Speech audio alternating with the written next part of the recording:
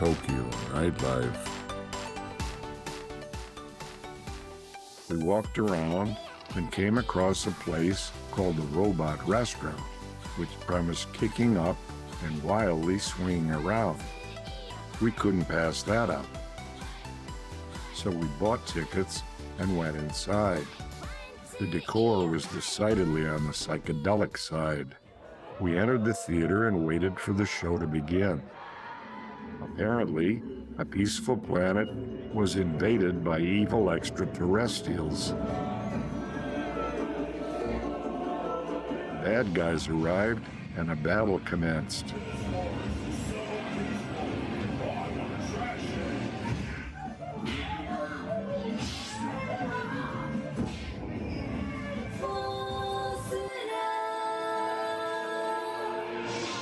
The good guys were aided by a ninja turtle and a kung fu panda. The outcome hung in the balance. It raged on for a mind-numbing 45 minutes. But in the end, good triumphed over evil. Well, there's a slice of Japan for you.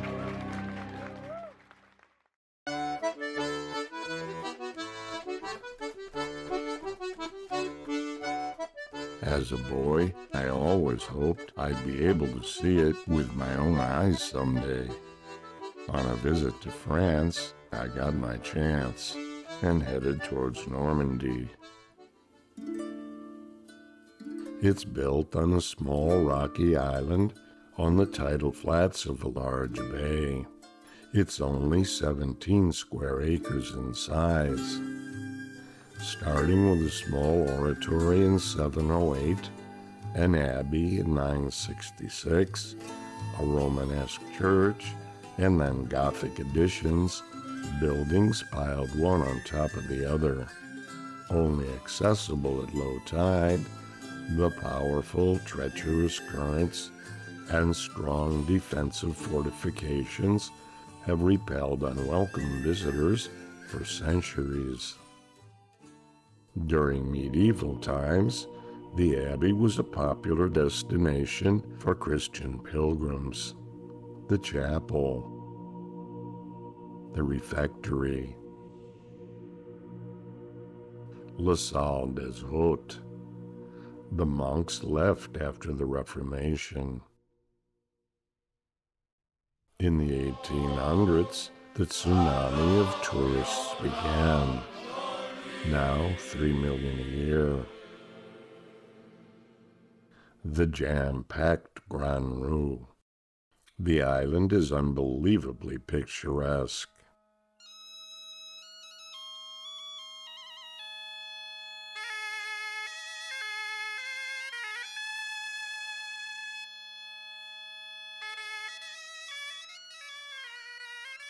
There's a lot of stairs. The cozy Auberge Saint-Pierre. We stayed overnight in a little hotel there. In the evening, when the tourists had left, we strolled around the empty streets. We had the island all to ourselves.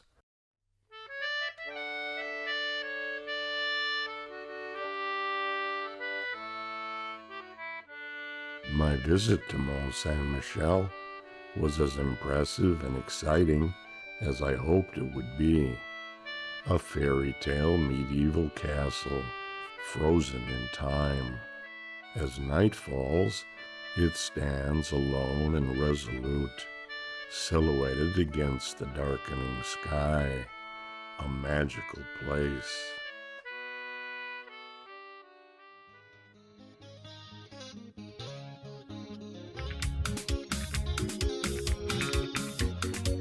We had made plans to visit a remote Zulu village deep in the bush.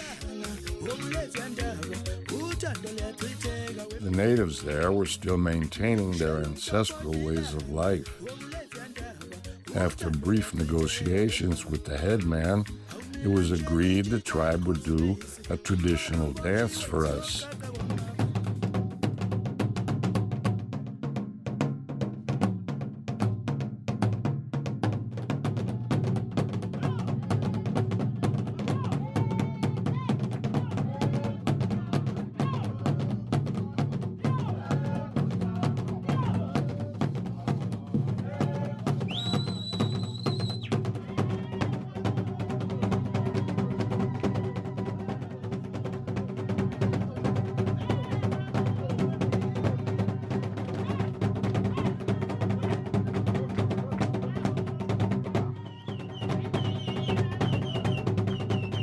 high-kicking Zulus.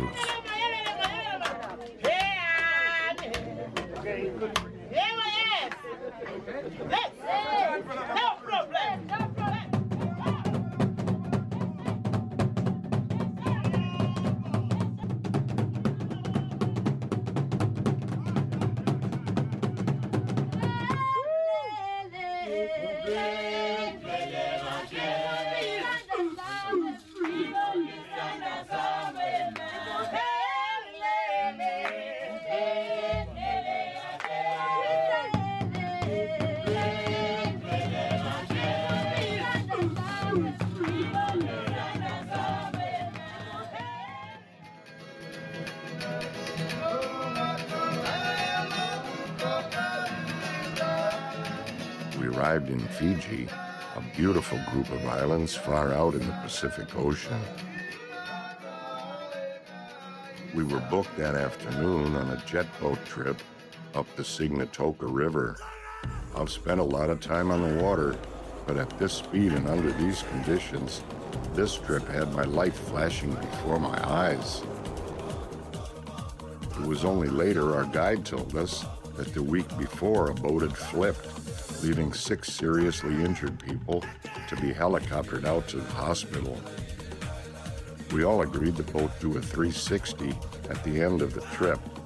I tried to film it, but I ended up ass over tea kettle on the floor of the boat. I should have held on with both hands. Chief, you alright? Don't mess with the chief. Did you drink too much cover? I drank quite a bit, But it was a fun trip.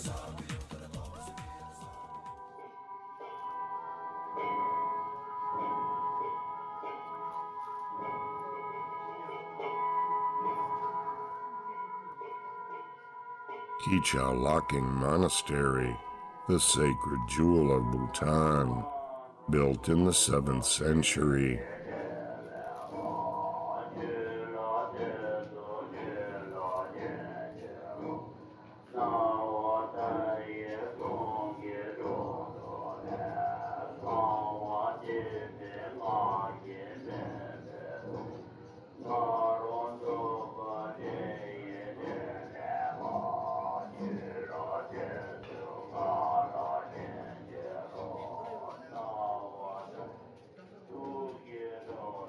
It was a very special day when we were there. The big feast of Buddhism in all Bhutan was visiting. We walked through the prayer room during the ceremony, but were forbidden to look in his direction or catch his eye. It contains a fantastic statue of the Buddha. It was donated by the Emperor of China over 1,000 years ago. With the chanting, the incense, and the bells and drums, it was a very profound experience.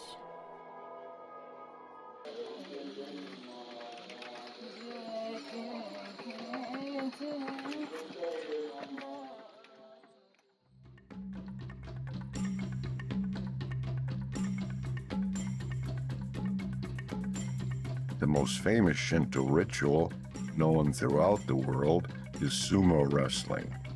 We took a train and joined the excited crowd outside the Ryogoku Kokoji-kan, Tokyo's sumo arena. We got a map of the arena and various information literature, including a chart showing the 87 moves employed by the wrestlers and the program of the day's matches. We found our seats. The roof over the ring is modeled after a Shinto shrine.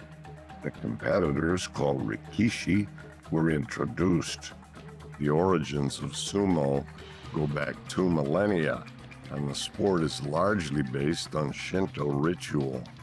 The refs, called goji, wear the hats and kimono in the style of Shinto priests, and carry a fan called a gunbai, or war fan. The wrestlers throw salt to help purify the ring. Much is made of stomping on the ground to drive away evil demons. Clapping hands helps summon the gods. There's lots of slapping going on. The bouts are sponsored, $650 per advert banner. The final matches are heavily advertised. The fight begins when both wrestlers touch the ground simultaneously. Sumo takes its name from an ancient Chinese character that means mutual bruising. The idea is to stay in the ring. You can't touch the ground. The winner gets his cash. The hand motions give thanks to the three gods of creation. The monetary rewards are split 50-50 with the Sumo Federation. The day's program ends with the bow dance, which dates back to the days when the winner received a bow as the prize.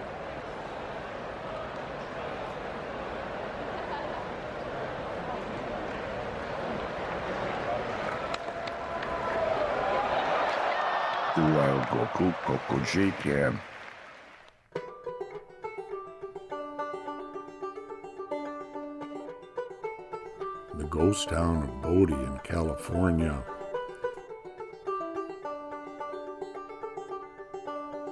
Everybody left when the gold ran out.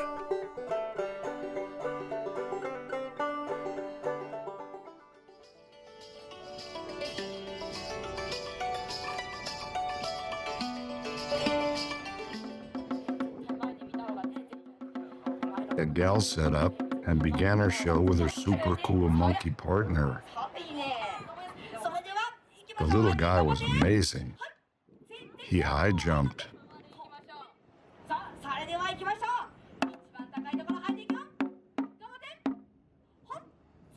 Higher. Stilts. High jumping with stilts. Taller stilts. He was small, but he had his shit together. His gal manager cheered him on for the grand finale.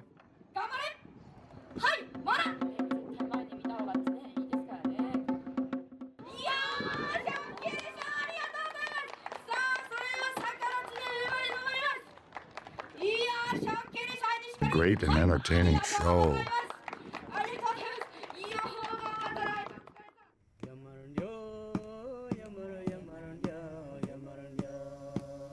The most vital part of Huli's ceremonial garb is the wearing of your very best wig hat, festooned with the otherworldly brilliance of the incandescent bird feathers.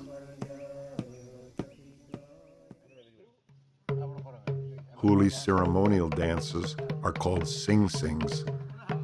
A sing-sing at a political rally was taking place down the road, but the manager at the hotel warned us it could easily be the last show we'd ever attend. Papua has no large land predators, but is rich in fantastic bird life, including many species of birds of paradise. So it's natural that with their wild costumes, the Huli invoke the extravagance, the movement, and the beautiful plumage of the birds.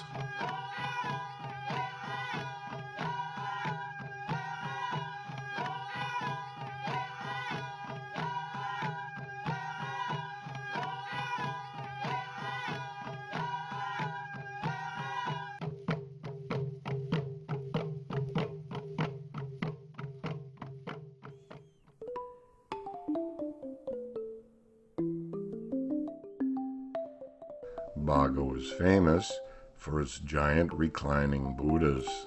This one is 180 feet long and 52 feet high. It supposedly was begun in 994 during the reign of Mont King Megadalpa.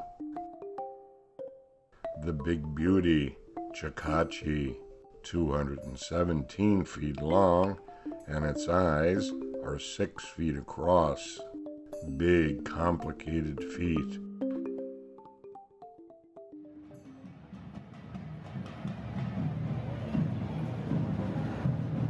my most recent visit to Barcelona.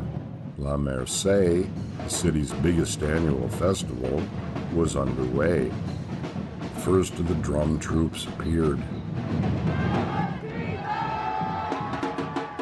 They'll play long into the night.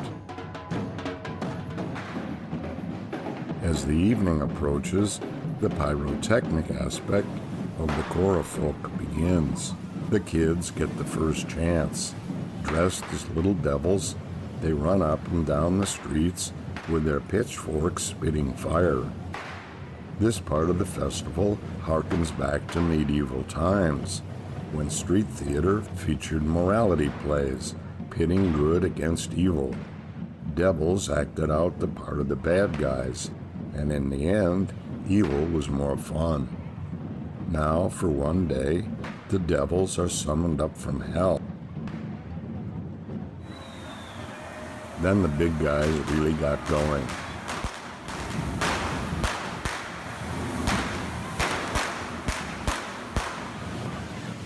Each group of devils spawn their own bestiaries, monsters from hell.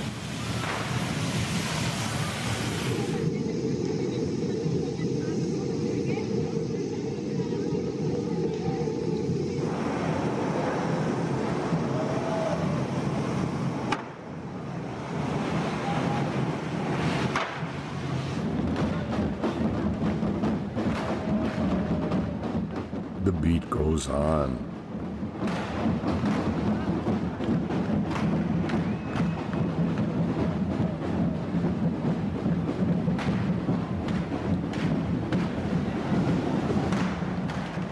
Stoked up on a mixture of red wine and Coca-Cola, called Tercet Quilamucho, macho hombres hunkered down under the shower of cascading sparks. It was almost midnight. Pretty soon, the devils would be called back to hell. I was totally loaded, but I'd had a great time. Korafolk at La Mercè in Barcelona. If you ever get the chance, go do it.